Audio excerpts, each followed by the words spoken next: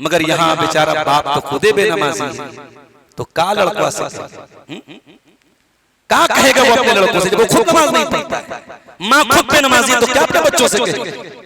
इसीलिए कुरान जब औलाद को नमाज का हुक्म देने की बात करता है तो कुरान एक बात और कहता है, फरमाया वअमुर अहलका बिस्सलाति वस्तबिर अलैहा, अपने घर वालों को नमाज का हुक्म दो और खुद भी नमाज की पाबंदी करो, खुद भी नमाज के ऊपर जमे रहो। जब तुम फजर के टाइम सुबह 5 बजे उठ करके वजू करोगे और अपने बच्चे को उठाओगे, तब बच्चे को एहसास होगा मेरा बाप तो रात में 12 बजे सोया था मगर 5 बजे उठ गया, मेरी माँ तो उठ गई, बच्चा ऑटोमेटिक आपके साथ उठ जाएगा।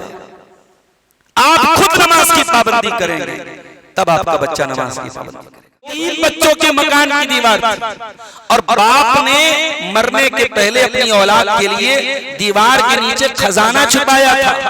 दीवार गिर जाती, खजाना सामने आता, गांव वाले लूट लेते, तो अल्लाह ने मुझे हुक्म दिया कि मैं दीवार न गिरने दूं, ताकि कल जब वो बच्चे जवान हो जाएं तो अपने बाप का खजाना पा लें।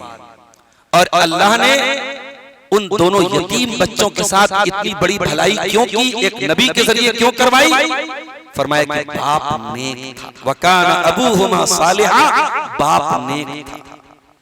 इसका मतलब ये हुआ कि अगर हम नेक हैं, हम दीनदार हैं, हम नमाजी हैं, हम तहज्जुद गुजार हैं, हम उलमा से मोहब्बत करने वाले हैं, हम मदारिस से मोहब्बत करने वाले हैं, हम दीन से मोहब्बत करने वाले हैं, हम कुरान से मोहब्बत करने वाले हैं, तो हमारा मुंबई में फ्लैट हो चाहे ना हो, इटवा में बंगला हो चाहे ना हो, डुमरियागंज में जमीन हो चाहे ना हो, बैंक में बैलेंस हो चाहे ना हो, हमारे बच्चों को अल्लाह ताला बर्बाद नहीं, सही सलामत है, हाथ सलामत, पैर सलामत, आंखें सलामत, चंद कदम की दूरी पर मस्जिद है। हम कितने बड़े बेशरम और बेगैरत हैं कि आज मस्जिद मौजूद है और हम नमाज नहीं पढ़ते। सहाबे किराम जब तक मस्जिद नहीं थी तरसते थे मस्जिद बन जाए, और मस्जिद बनने के बाद सहाबा तमन्ना रखते थे हमारा घर मस्जिद के करीब हो, हमें 5 टाइम की नमाज पढ़ने में आसानी हो। आज इतने बड़े बेगैरत हो चुके हैं, हर गांव में कई मस्जिदें हैं, मगर माफ करना मस्जिद तो बना ली शहर में ईमान की हरारत वालों ने, मन अपना पुराना पापी था बरसों में नमाजी बन न सका। आज मुस्लिम मुआशरे का बहुत बड़ा अलमिया ये है कि हमारे समाज में बेनमाजियों की तादाद, कुछ चीजें ऐसी होती हैं उनकी अहमियत इतनी ज्यादा होती है, उनकी इंपॉर्टेंस, उनका महत्व इतना ज्यादा होता है कि उस पर जितना भी बोला जाए कम है। और उन्हीं चीजों में से एक चीज है इस्लाम के 5 पिलर्स में से, जिन 5 पिलर्स के ऊपर इस्लाम की बुनियाद खड़ी है, इस्लाम कायम है जिन 5 चीजों पर, उसमें से जो दूसरा सुतून है, जो दूसरा पिलर है, वो क्या है? वो नमाज है मेरे साथ, जिसको कुरान और हदीस में सलात कहा गया है। हम लोग उर्दू में अपनी जबान में नमाज ही बोलते हैं, तो आप सलात बोले या नमाज बोले, वो जो इबादत है 5 टाइम की, ये वो इबादत है कि इसके बगैर इस्लाम की कल्पना नहीं की जा सकती, इस्लाम का तसव्वुर नहीं हो सकता।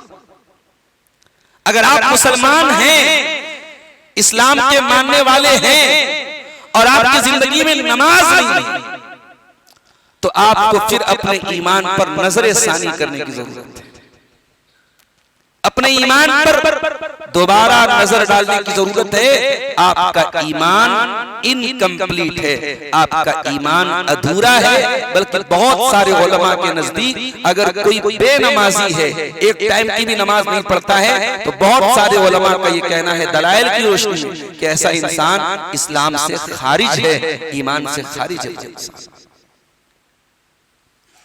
ये नमाज वो इबादत है कि कुरान करीम में अल्लाह तबारक व तआला सूरह मरियम में अपने कई नबियों का जिक्र करने के बाद, हजरत ईसा का जिक्र करने के बाद, हजरत जकरिया और यहया का जिक्र करने के बाद, हजरत इदरीस का जिक्र करने के बाद, हजरत इस्माइल का जिक्र करने के बाद, हजरत नूह और हजरत मूसा का जिक्र करने के बाद, कई नबियों का जिक्र करने के बाद अल्लाह ताला क्या कहता है, फखलफ मिन बादिहिम खल्फुन अज़ाउस्सलात वत्तबउश्शहवाति फसौफ यल्क़ौन गय्या।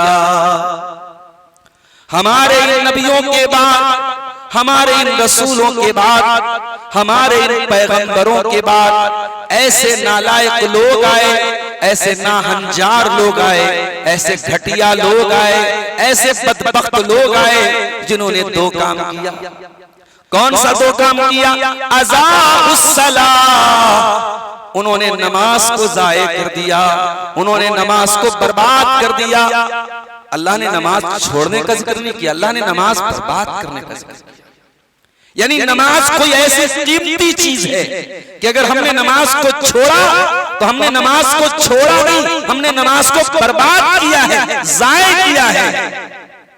इसका मतलब ये हुआ कि जो टाइम आपका नमाज में लगना चाहिए, अगर वो टाइम आप बच्चों में लगा रहे हैं, फैमिली में लगा रहे हैं, कारोबार में लगा रहे हैं, दुकान में लगा रहे हैं, किसी भी काम में लगा रहे हैं, आपकी नजर में काम हो रहा है, अल्लाह की नजर में आपका टाइम जाय हो रहा है। आपने नमाज को छोड़ के जो काम किया, आपने नमाज को जाय किया है, आपने नमाज को बर्बाद किया है। फखलफ मिन बादिहिम खल्फुन, मेरे नबियों के बाद ऐसे नालायक लोग आए जिन्होंने नमाजों को बर्बाद किया, वत्तबउश्शहवात, और ख्वाहिशात की पैरवी की, जो मन में आया करने लगे, जिस चीज की इच्छा हुई वो करने लगे, जो दिल में आया वो करने लगे, हलाल की परवाह नहीं, हराम की परवाह नहीं, जायज की परवाह नहीं, नाजायज की परवाह नहीं। इस आयत की तफसीर में इमाम मुजाहिद बहुत बड़े ताबई हैं और कुरान की तफसीर में उनका बड़ा गहरा मुताला था। इमाम मुजाहिद कहते हैं कि ये वो दौर होगा जब खुलेआम सड़क पे लोग ज़िना करेंगे, उस दौर में ये दौर आएगा, उस दौर में ये हालात आएंगे जब खुलेआम ज़िना होने लगेगा, लोग ख्वाहिशात की पैरवी करेंगे, तब लोग नमाज को ज़ाय करेंगे, वरना मुसलमान नमाज को ज़ाय नहीं कर सकते। क़यामत के पहले वो दौर आएगा जब लोग नमाज को ज़ाय करेंगे। और अल्लाह कह रहा है जब नालायक लोग आएंगे और नमाज को ज़ाय करेंगे और अपनी ख्वाहिशात की पैरवी करेंगे, अंजाम क्या होगा? फरमाया फसौफ यल्क़ौन गय्या, अनक़रीब वो जहन्नम के अंदर जाएंगे। गय्या, कई जहन्नम की एक वादी का नाम है, जहन्नम एक जगह का नाम है, यानी बेनमाजियों के लिए जहन्नम में अलग जेल खाना है, अलग कैद खाना है, अलग जगह है जहां बेनमाजियों को डाला जाए। ये नमाज की अहमियत है इस्लाम की नजर से। जिंदगी के किसी मोड़ पर नमाज माफ नहीं, रोजा माफ है, बात कर लीजिए आप, लेकिन नमाज पढ़नी है, नमाज माफ नहीं। दुनिया में बड़ी मुश्किल हालत होती है, जंग की हालत। जंग की हालात में दुश्मन से अपनी जान बचाना होता है। उस मुश्किल तरीन हालत में, उस क्रिटिकल सिचुएशन में, उस संकट की परिस्थिति में भी आपको नमाज पढ़ना है। अल्लाह फरमाता है सूरह बकरा के अंदर, हाफिजू अलस्सलावाति वस्सलातिल वुस्ता वक़ूमू लिल्लाहि क़ानितीन। ऐ मेरे बंदो, नमाज की हिफाजत करो, और खास तौर से बीच वाली नमाज यानी असर की नमाज, या बाज़ उलमा कहते हैं फजर की नमाज। असर की नमाज और फजर की नमाज, ये दो टाइम ऐसा होता है जो आराम का वक्त होता है। खास तौर से अल्लाह ने फरमाया बीच की नमाज की हिफाजत करो, असर की हिफाजत करो या फजर की हिफाजत करो। वक़ूमू लिल्लाहि क़ानितीन, और अदब के साथ अल्लाह की बारगाह में खड़े होकर नमाज पढ़ो। इसका मतलब कि जो खड़े होकर नमाज पढ़ सकता है, वो बिला वजह अगर कुर्सी पे बैठ के नमाज पढ़ रहा है, उसकी नमाज नहीं होगी। बगैर किसी उज़्र के आप अगर खड़े होकर नमाज पढ़ सकते हैं और आप बैठ के पढ़ेंगे फर्ज नमाज, तो आपकी नमाज नहीं होगी। नमाज में क़याम भी एक रुक्न है। आप अगर खड़े होने की ताकत रखते हैं तो खड़े होकर ही नमाज पढ़ते हैं। वक़ूमू लिल्लाहि क़ानितीन, मेरे बंदो अल्लाह के लिए अदब के साथ खड़े हो जाओ, एहतराम के साथ खड़े हो जाओ। फ़इन ख़िफ़्तुम फ़रिजालन औ रुकबानन फ़इज़ा अमिनतुम फ़ज़्कुरुल्लाह कमा अल्लमकुम मा लम तकूनू तालमून। और अगर जंग के हालात आ जाएं, खौफ के हालात आ जाएं, दुश्मन से तुम्हारी लड़ाई हो रही है तो खड़े खड़े नमाज पढ़ लो, सवारी के ऊपर नमाज पढ़ो, जिस तरीके से मुमकिन है नमाज पढ़ लो। शेख अब्दुल अजीज इब्न बाज से फतवा पूछा। एक आदमी आईसीयू में है, जिंदगी की आखिरी सांसें ले रहा है, दिमाग काम कर रहा है, हाथ नहीं हिल रहा है, पैर नहीं हिल रहा है, वजू नहीं कर सकता, तयम्मुम नहीं कर सकता, बेड पर लेटा हुआ है, आईसीयू में है, नमाज का टाइम हो रहा है, होश हवास कायम है, उसका दिमाग काम कर रहा है। क्या उसको भी नमाज पढ़ना है? और पढ़ेगा तो कैसे पढ़ेगा? शेख इब्न बाज का फतवा है, फरमाया कि पढ़ेगा नमाज। कैसे पढ़ेगा? वजू नहीं कर सकता, तयम्मुम नहीं कर सकता, पेशाब किया है तो उसी में लपट है, पाखाना किया तो उसी में लपट है, कैसे नमाज पढ़ेगा? फरमाया अल्लाह कुरान में कहता है फत्तकुल्लाह मस्ततातुम, अल्लाह से डरो जितनी तुम्हारे अंदर ताकत है। वो इंसान मजबूर है, वजू नहीं कर सकता, तयम्मुम नहीं कर सकता, खड़ा नहीं हो सकता, रुकू नहीं कर सकता, सजदा नहीं कर सकता। अगर दिमाग काम कर रहा है अपनी आंखों के इशारे से नमाज पढ़ेगा, मगर ये नमाज माफ नहीं है मेरे प्यारे साथी। अल्लाह अकबर, ये इबादत है। हम और आप सही सलामत हैं, हाथ सलामत, पैर सलामत, आंखें सलामत, चंद कदम की दूरी पर मस्जिद है। हम कितने बड़े बेशरम और बेगैरत हैं कि आज मस्जिद मौजूद है और हम नमाज नहीं पढ़ते। सहाबे किराम जब तक मस्जिद नहीं थी तरसते थे मस्जिद बन जाए, और मस्जिद बनने के बाद सहाबा तमन्ना रखते थे हमारा घर मस्जिद के करीब हो, हमें पांचों टाइम की नमाज पढ़ने में आसानी हो। आज हम इतने बड़े बेगैरत हो चुके हैं, हर गांव में कई कई मस्जिदें हैं, मगर माफ करना मस्जिद तो बना ली शब भर में ईमान की हरारत वालों ने, मन अपना पुराना पापी था बरसों में नमाजी बन न सका। आज मुस्लिम मुआशरे का बहुत बड़ा अलमिया ये है कि हमारे समाज में बेनमाजियों की तादाद ज्यादा है। आज हम दीनदारी की जब पहचान कराते हैं तो आप फला आदमी दीनदार है, नमाजी है वो। क्या मतलब कि हमारे समाज में बेनमाजी इतने ज्यादा हैं कि हमें किसी नेक इंसान का इंट्रोडक्शन कराना हो, तारुफ कराना हो, तो पहचान बताते कि वो पांचों टाइम का नमाजी। ऐसा नहीं होना चाहिए मेरे साथ। नबी के दौर में मुनाफिक रहते थे, इस्लाम के खुले हुए दुश्मन, नबी के दुश्मन, कुरान की आयतें उनके बारे में नाज़िल हुई, मगर उन मुनाफिकों को भी मस्जिद में आना पड़ता था और नमाज पढ़ना पड़ता था। कुरान कहता है वइज़ा क़ामू इलस्सलाति क़ामू कुसाला युराऊनन्नास वला यज़कुरूनल्लाह इल्ला क़लीला। ये मुनाफिक लोग जब नमाज के लिए खड़े होते हैं बड़ी सुस्ती के साथ, बड़ी काहिली के साथ खड़े होते हैं और ये अल्लाह को बहुत कम याद करते हैं। आज हमारे समाज में कितने लोग हैं जो मस्जिद में सिर्फ जुमा हफ्ते के बाकी 6 दिन उनका आता पता नहीं होता, जुमा के दिन जन्नतुल फिरदौस लगा के सफेद कपड़ा बिल्कुल टाइट पहन करके और टोपी लगा के मस्जिद में सफ़े अव्वल में नजर आते हैं। ये बेगैरती है मेरे साथ, ये बेशर्मी है। नमाज जुमा की हफ्ते में सिर्फ एक दिन नमाज फर्ज नहीं है, बल्कि पांचों टाइम आपको टाइम से नमाज पढ़ने के लिए आना है। और ये भी याद रखो, इमाम बुखारी रहमतुल्लाह अलैह का ये मौक़िफ़ था और यही सही भी है कि नमाज जमात से फर्ज है। बहुत बारिश हो रही है, कीचड़ बहुत ज्यादा है, मस्जिद में जाना मुश्किल है, तब आप घर पे नमाज पढ़ेंगे। बीमार है, मस्जिद में नहीं जा सकते, तब आप घर पे नमाज पढ़ेंगे, वरना आपको फर्ज नमाज पढ़ने के लिए मस्जिद ही में आना है। एक सहाबी, उनका नाम था अब्दुल्ला इब्न उम्मे मक्तूम रज़ियल्लाहु ताला, अंधे थे, नाबीना थे। अल्लाह के नबी के पास आए, अल्लाह के नबी मेरा घर मस्जिद से दूर है, रास्ते में जंगली जानवरों का डर भी लगा रहता है, मैं अंधा हूं, लईसा ली काइदुन, और कोई मुझे सहारा देने वाला भी नहीं है। ऐ अल्लाह के रसूल, क्या मैं अपने घर में नमाज पढ़ सकता हूं? आपने फरमाया अगर इतनी मजबूरी है, तुम अंधे भी हो, घर भी मस्जिद से दूर है, रास्ते में जंगली जानवरों का भी डर है, और कोई तुम्हारा साथ देने वाला, सहारा देने वाला भी नहीं है, तो ठीक है, तुम घर पे नमाज पढ़ लिया करो। सहाबी जाने लगे। थोड़ी देर के बाद अल्लाह के नबी ने बुलाया, इधर आओ, हल तस्मउन निदा, क्या अजान की आवाज तुम्हारे कानों में पहुंचती है? वो लाउड स्पीकर का जमाना नहीं था, वो माइक का जमाना नहीं था, अजान की आवाज बहुत दूर तक तो नहीं जाती थी, करीब के घरों तक जाती थी। आपने पूछा, हल तस्मउन निदा, क्या अजान की आवाज तुम्हारे कानों तक पहुंचती है? फरमाया कि हाँ, अजान की आवाज मेरे कानों तक आती है।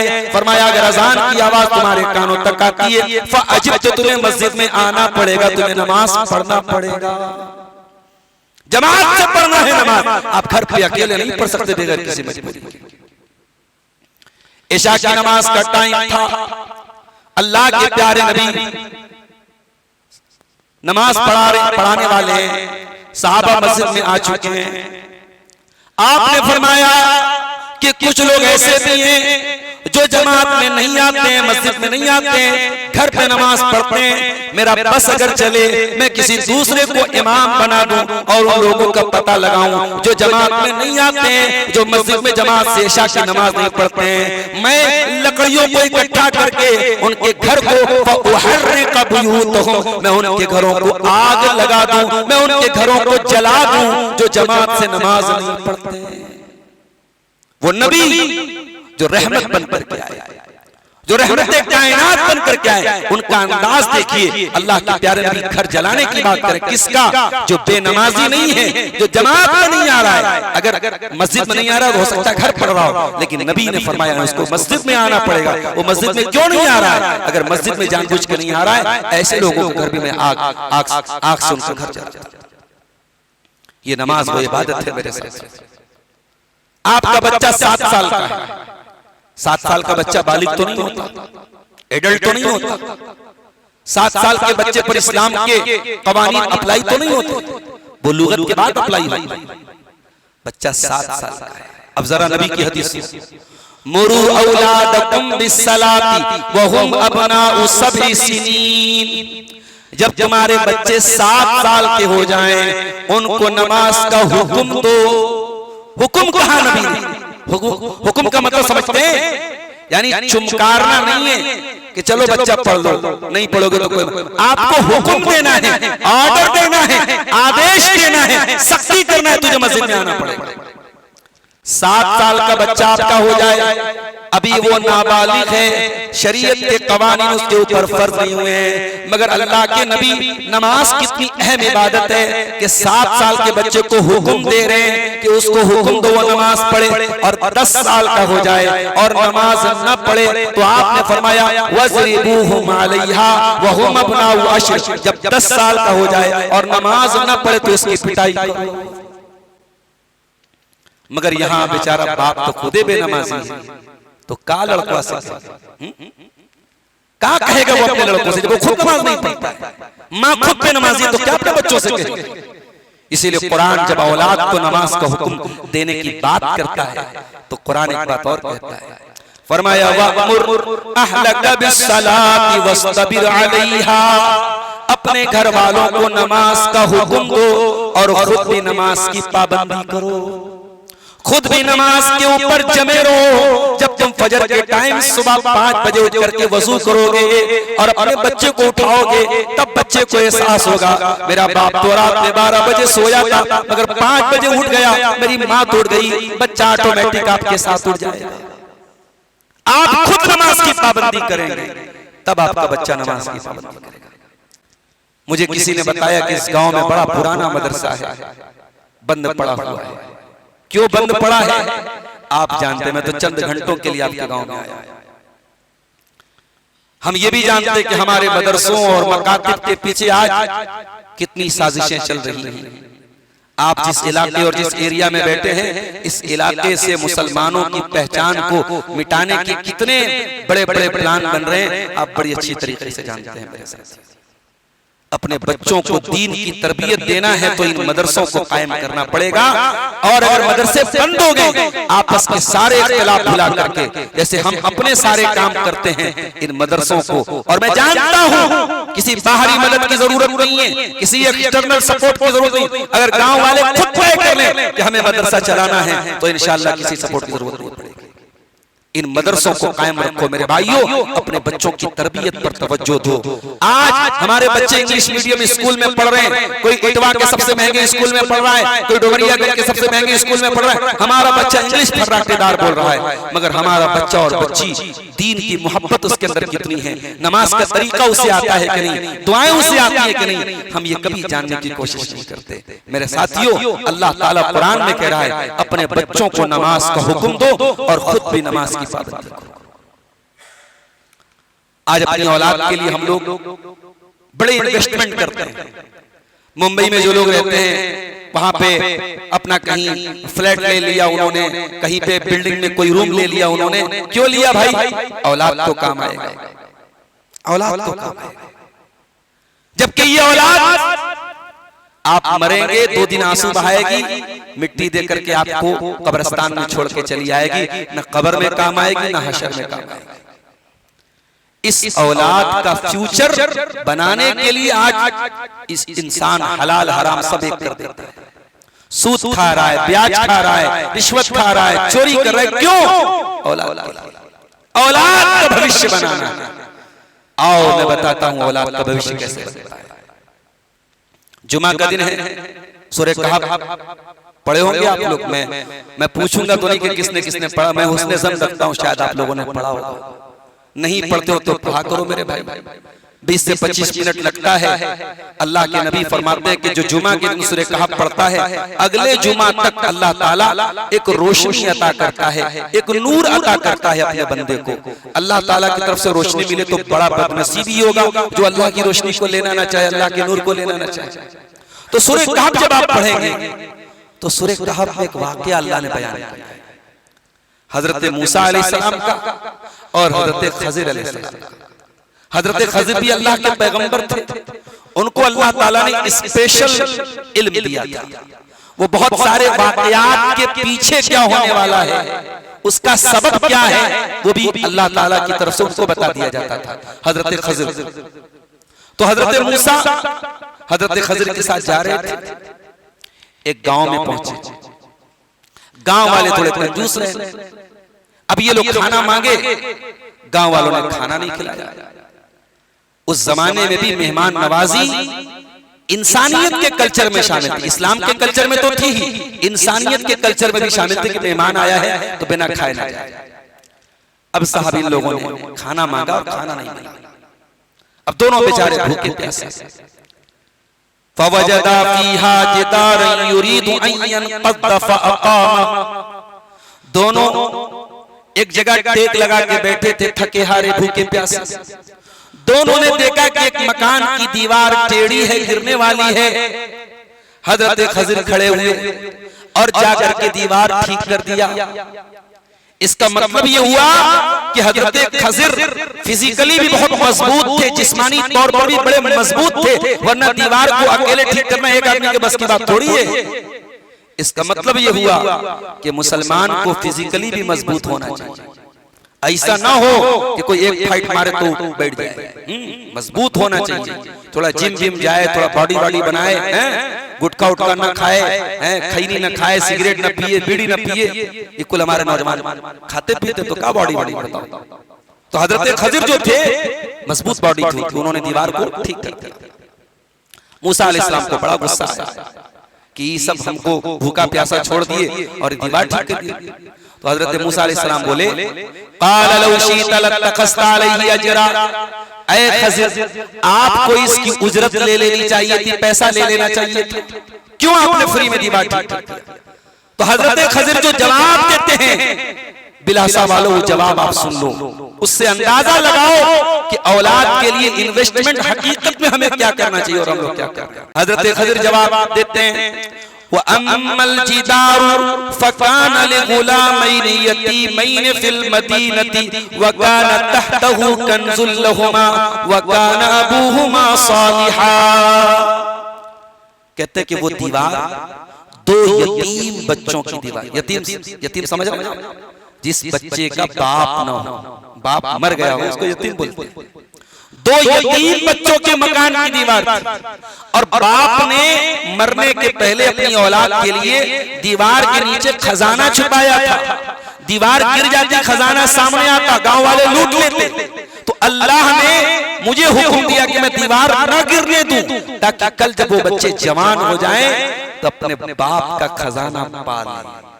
और अल्लाह ने उन दोनों यतीम बच्चों के साथ इतनी बड़ी भलाई क्यों की, एक नबी के जरिए क्यों करवाई? फरमाया कि बाप नेक था, वकान अबूहुमा सालिहा, बाप नेक था। इसका मतलब ये हुआ कि अगर हम नेक हैं, हम दीनदार हैं, हम नमाजी हैं, हम तहज्जुद गुजार हैं, हम उलमा से मोहब्बत करने वाले हैं, हम मदारिस से मोहब्बत करने वाले हैं, हम दीन से मोहब्बत करने वाले हैं, हम कुरान से मोहब्बत करने वाले हैं, तो हमारा मुंबई में फ्लैट हो चाहे ना हो, इटवा में बंगला हो चाहे ना हो, डुमरियागंज में जमीन हो चाहे ना हो, बैंक में बैलेंस हो चाहे ना हो, हमारे बच्चों को अल्लाह ताला बर्बाद नहीं होने देगा। जो नोट कर लो मेरी बात, आपकी नेकी आपके बच्चों के काम आएगी मेरे साथ। इसीलिए हजरत अब्दुल्लाह बिन मसूद रज़ी अल्लाह ताला अन्हु तहज्जुद की नमाज में इसी आयत को पढ़ के रोने लगते हैं और तहज्जुद की नमाज का सलाम फेर के अपने मासूम बच्चे को जो वहीं पे सो रहा था, अपने बच्चे को देख के कहते हैं मिन अजरी का या बुनैया, ऐ मेरे बच्चे, तेरा बाप रात में तहज्जुद की नमाज पढ़ रहा है, क़ियामुल लैल कर रहा है, अपने आराम को छोड़ के, अपने बिस्तर को छोड़ के अल्लाह की बारगाह में आंसू बहा रहा है। ऐ मेरे बच्चे, तेरा बाप तेरे लिए ये मेहनत कर रहा है, तेरे लिए मशक्कत कर रहा है। तो अपनी औलाद के वाकई में कुछ करना चाहते हो तो नेक बनो मेरे प्यारे साथियों, दीनदार बनो। इसीलिए कुरान में अल्लाह ताला सारे नबियों के बारे में कहता है वजअलनाहुम अइम्मतन यहदूना बिअम्रिना व औहयना इलैहिम फिल खैरात व इकामस सलाह व ईताअज़ ज़कात। मेरे जितने नबी थे हमने सबको नमाज कायम करने का हुक्म दिया। मेरे सारे नबी नमाजी थे, मेरे नबियों की औलाद भी नमाजी थी। इब्राहीम अलैहिस्सलाम खाने काबा के पास अपने दूध पीते बच्चे इस्माइल को छोड़ के जा रहे हैं, दूध पीते बच्चे इस्माइल को छोड़ के जा रहे हैं, अपनी बीवी हाजरा को छोड़ के जा रहे हैं और अल्लाह की बारगाह में क्या दुआ करते हैं, और रब्बना इन्नी अस्कनतु मिन ज़ुर्रियती बिवादिन गैरि ज़ी ज़र्इन इंद बैतिकल मुहर्रम रब्बना लियुकीमुस सलाह। ऐ अल्लाह, तेरे घर के पास अपनी औलाद को छोड़ के जा रहा हूँ, ऐ अल्लाह तू तौफीक दे देना मेरी आने वाली नस्लें यहाँ नमाज कायम करती रहे। ऐ अल्लाह, तेरे घर के पास हर वक्त नमाज होती रहे। और आज देख लो इब्राहिम की दुआ की बरकत तो देख लो, आज 24 घंटे खाने काबा का तवाफ हो रहा है, आज 24 घंटे वहां नमाज पढ़ी जा रही है। कोई टाइम ऐसा नहीं होता जब हरम में नमाज न पढ़ी जा रही हो, जब हरम में तवाफ न हो रहा हो। नबियों को नमाज की चिंता थी। इब्राहीम अलैहिस्सलाम अल्लाह से दुआ करते हैं रब्बी जअलनी मुकीमस सलाति व मिन ज़ुर्रियती, ऐ अल्लाह मुझे भी नमाज का पाबंद बना और मेरे बच्चों को भी नमाज का पाबंद बना। बच्चों के लिए दुआ की, और जब बच्चों के लिए दुआ की अल्लाह ने इस्माइल दिया। और इस्माइल कैसे थे? कुरान कहता है वज़कुर फिल किताब इस्माइल इन्नहु काना सादिक़ल वादी व काना रसूलन नबिय्या व काना यअमुरु अहलहु बिस्सलाति वज़्ज़कात। इस्माइल भी अपने घर वालों को नमाज का हुक्म दिया करते थे, नमाज का हुक्म देते थे। ईसा अलैहिस्सलाम पैदा हुए, बगैर बाप के पैदा हुए, माँ की गोद में अल्लाह ने मोजज़े के तौर पे उनको जुबान दी और माँ की गोद में अपनी माँ की बारात का उन्होंने ऐलान किया, माँ की पाक दामनी का ऐलान किया। और उसी वक्त उन्होंने ये भी कहा व औसानी बिस्सलाति वज़्ज़काती, ऐ लोगों अल्लाह ने मुझे अपना नबी बनाया है और अल्लाह ने मुझे नमाज का हुक्म दिया है, अल्लाह ने मुझे ज़कात का हुक्म दिया है। सारे नबियों के यहाँ नमाज का हुक्म मिलता है मेरे प्यारे साथी। और जब नबियों की बात आई है तो हम ताजदार अंबिया को कैसे भूल जाएं, हम इमाम अंबिया को कैसे भूल जाएं, हम खातमुन नबिय्यीन को कैसे भूल जाएं, हम जनाब मुहम्मदुर रसूलुल्लाह सल्लल्लाहु अलैहि वसल्लम को कैसे भूल जाएं। मेरे नबी का सुकून नमाज, मेरे नबी के दिल का चैन नमाज, मेरे नबी की आंखों की ठंडक नमाज, मेरे नबी के मसाइल का हल नमाज, मेरे नबी का टेंशन और मुश्किल हालात में सहारा नमाज। नमाज का टाइम होता था और हजरत बिलाल को आने में थोड़ी ताखीर हो जाती थी तो अल्लाह के नबी फरमाते थे या बिलाल अरिहना बिस्सलाह, ऐ बिलाल जल्दी से इकामत कह दो, जल्दी से नमाज खड़ी कर दो, ऐ बिलाल हमारे दिलों को नमाज के जरिए सुकून पहुंचा दो। आपने ये भी फरमाया वजुइलत कुर्रतु ऐनी फिस्सलाह, नमाज मेरी आंखों की ठंडक है, नमाज मेरी आंखों की ठंडक है। अपने आखिरी वक्त में, अपने इंतकाल के पहले अल्लाह के प्यारे नबी जिन बातों की अपनी उम्मत को वसीयत करके जाते हैं, जो अहम बात अपनी उम्मत को बता के जाते हैं, उसमें एक बात ये भी थी, आपने फरमाया अस्सलाह अस्सलाह, नमाज कायम करते रहना, ऐ मेरी उम्मत के लोगों नमाज की पाबंदी करते रहना और अपने गुलामों का, अपने मातहतों का, अपने नौकरों चाकरों का ख्याल करना। कौन से दिन इंतकाल हुआ था अल्लाह के रसूल का? सोमवार के दिन। किस टाइम हुआ था? चाश्त के वक्त।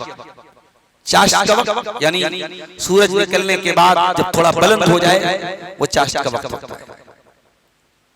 फजर की नमाज का टाइम था, अल्लाह के रसूल की हयात का आखिरी दिन था।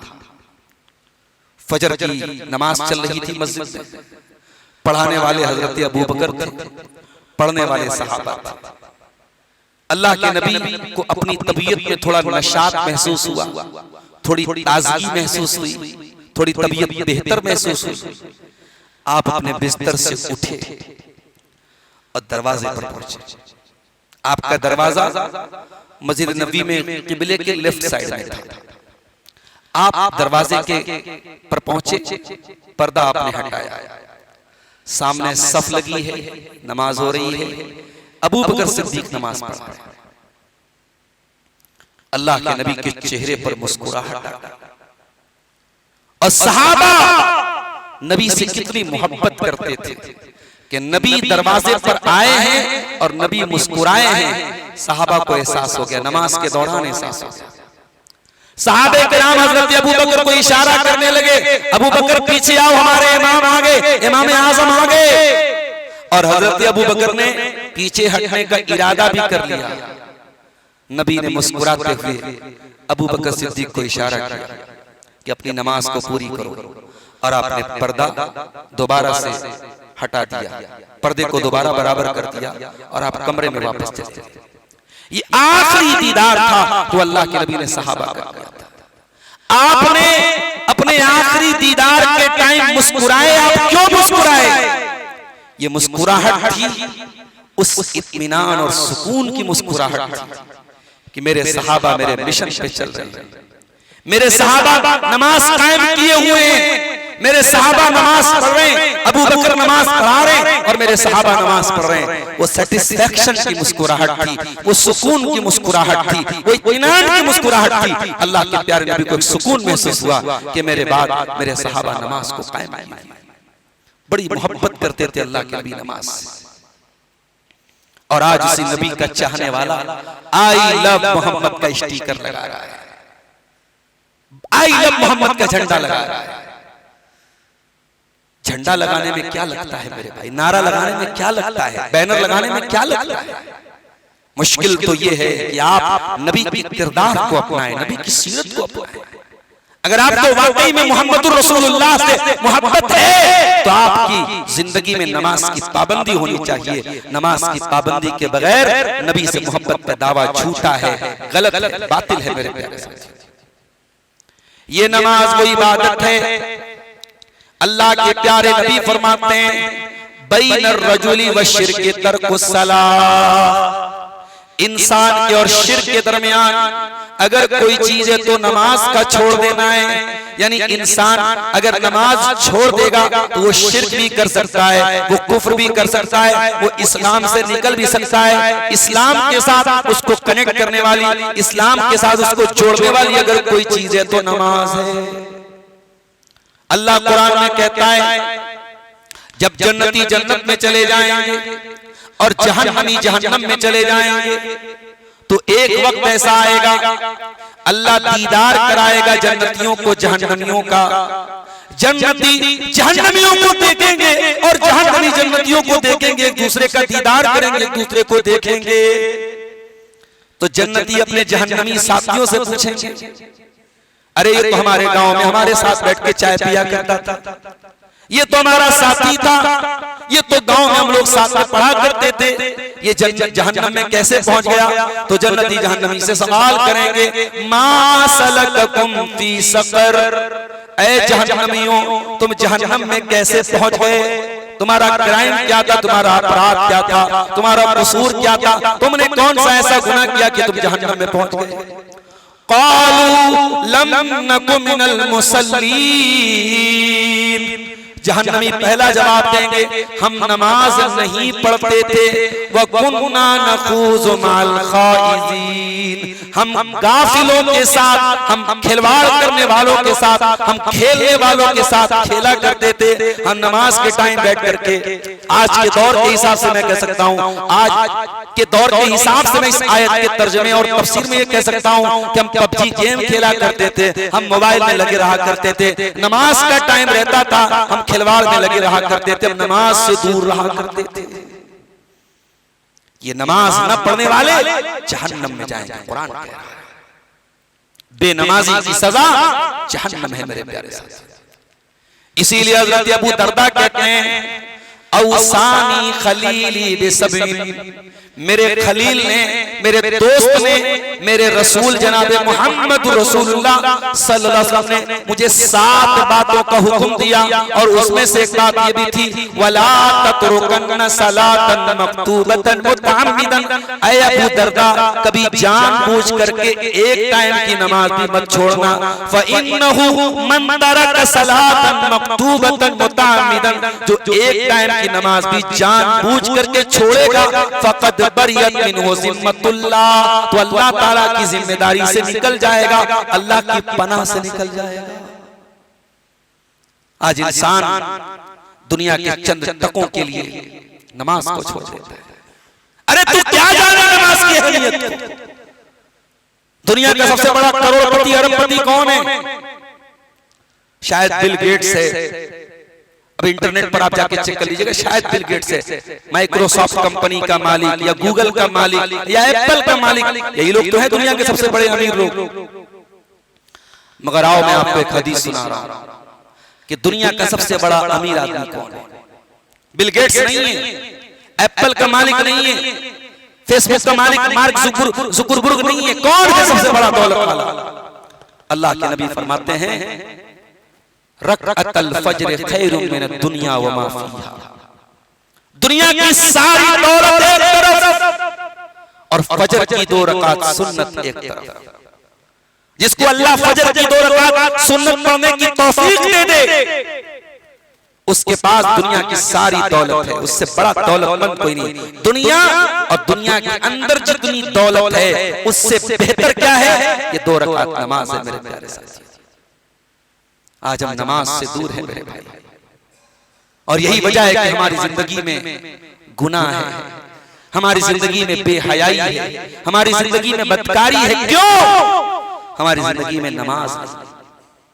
अगर वाकई में हम नमाज के पाबंद हो जाएं, अभी कल एक साहब ने सवाल किया था, मौलवी साहब, नमाज, कुरान कहता है इन्ना सलाता तन्हा अनिल फहशाई वल मुनकर, नमाज बेहयाई से रोकती है, नमाज बुराई से रोकती है। लेकिन बहुत सारे लोग नमाज पढ़ के भी बेईमानी करते हैं, नमाज पढ़ के भी चोरी करते हैं, तो उनकी नमाज होती है कि नहीं होती?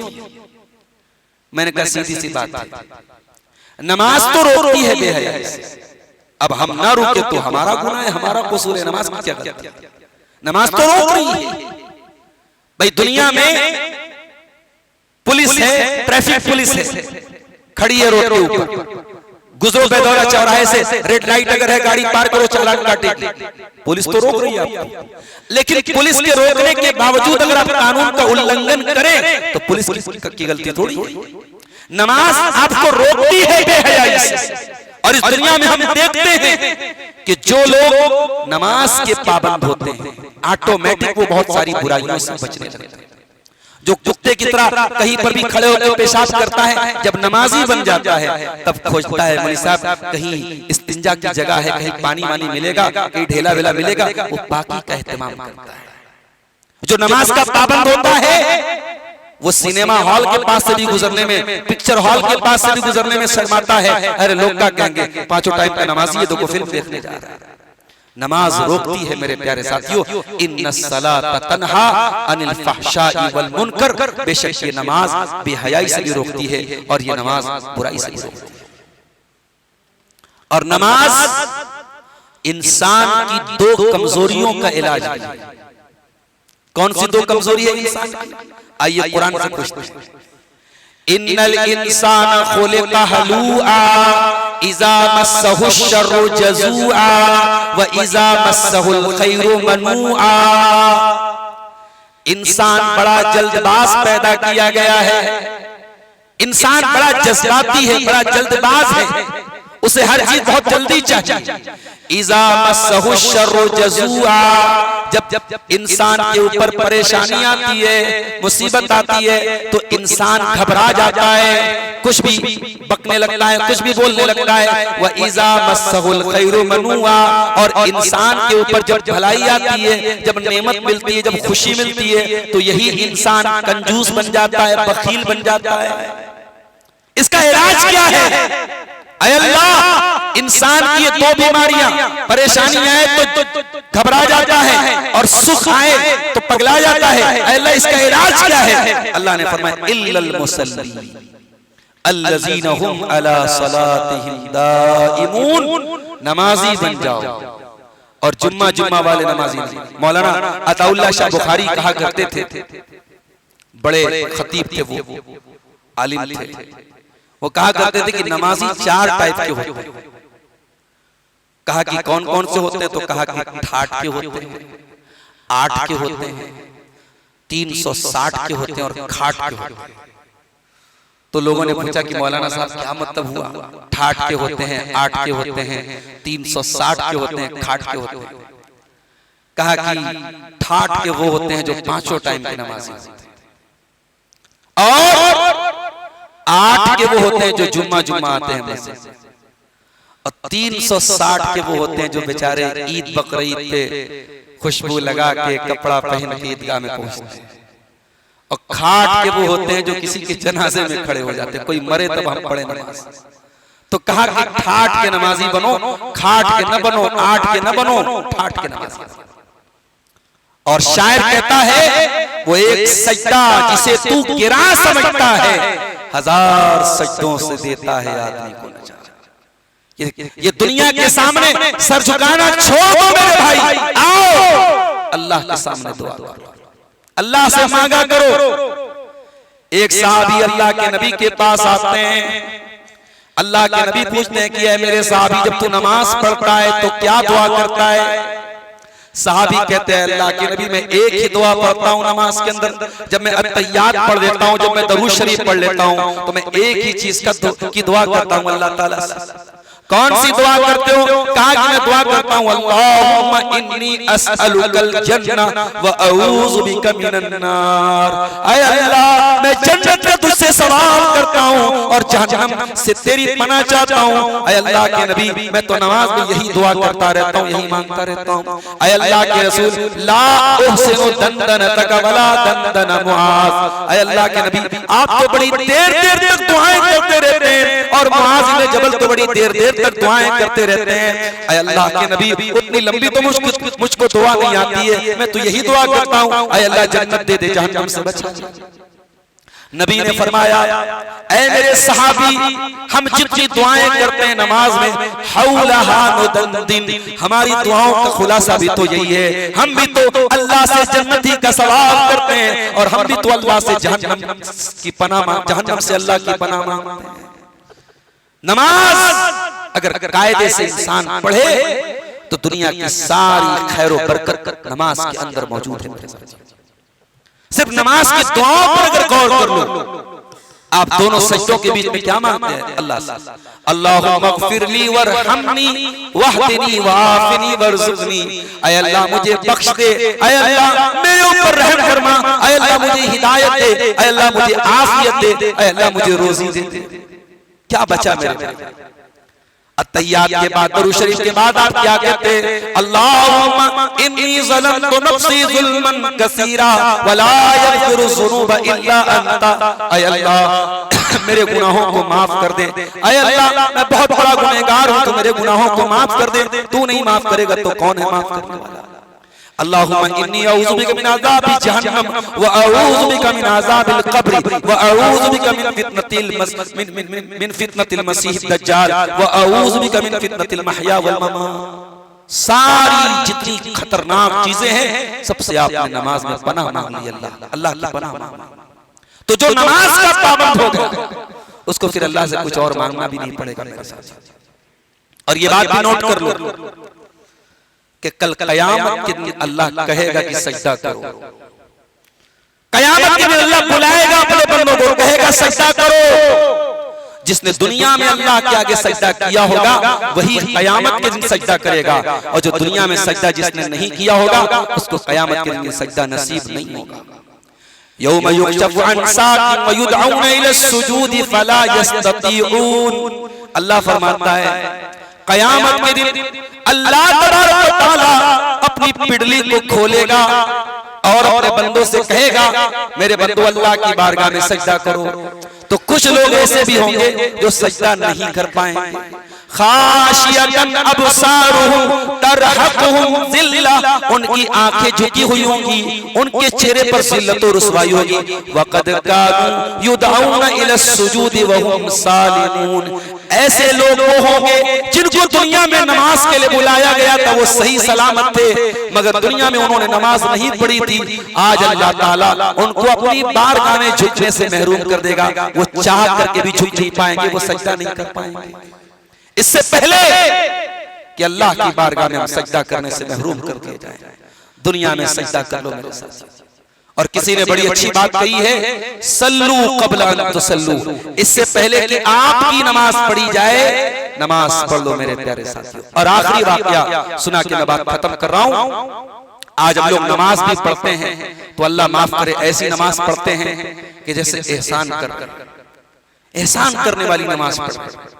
इधर मस्जिद में आए, इधर खटाखट रुकू खटाखट सजदा है, 10 मिनट के अंदर सारी नमाज खत्म।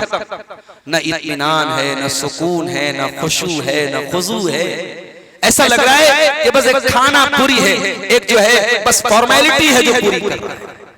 मैं एक वाकया सुना करके बात खत्म करता हूँ। हजरत आयशा रजी अल्लाह ताला अन्हा, अल्लाह के नबी की बीवी हैं, हम सबकी प्यारी माँ हैं, वो चाश्त की नमाज पढ़ रही है। चाश्त की नमाज कब पढ़ी जाती है? 2 टाइम है उसका पढ़ने का।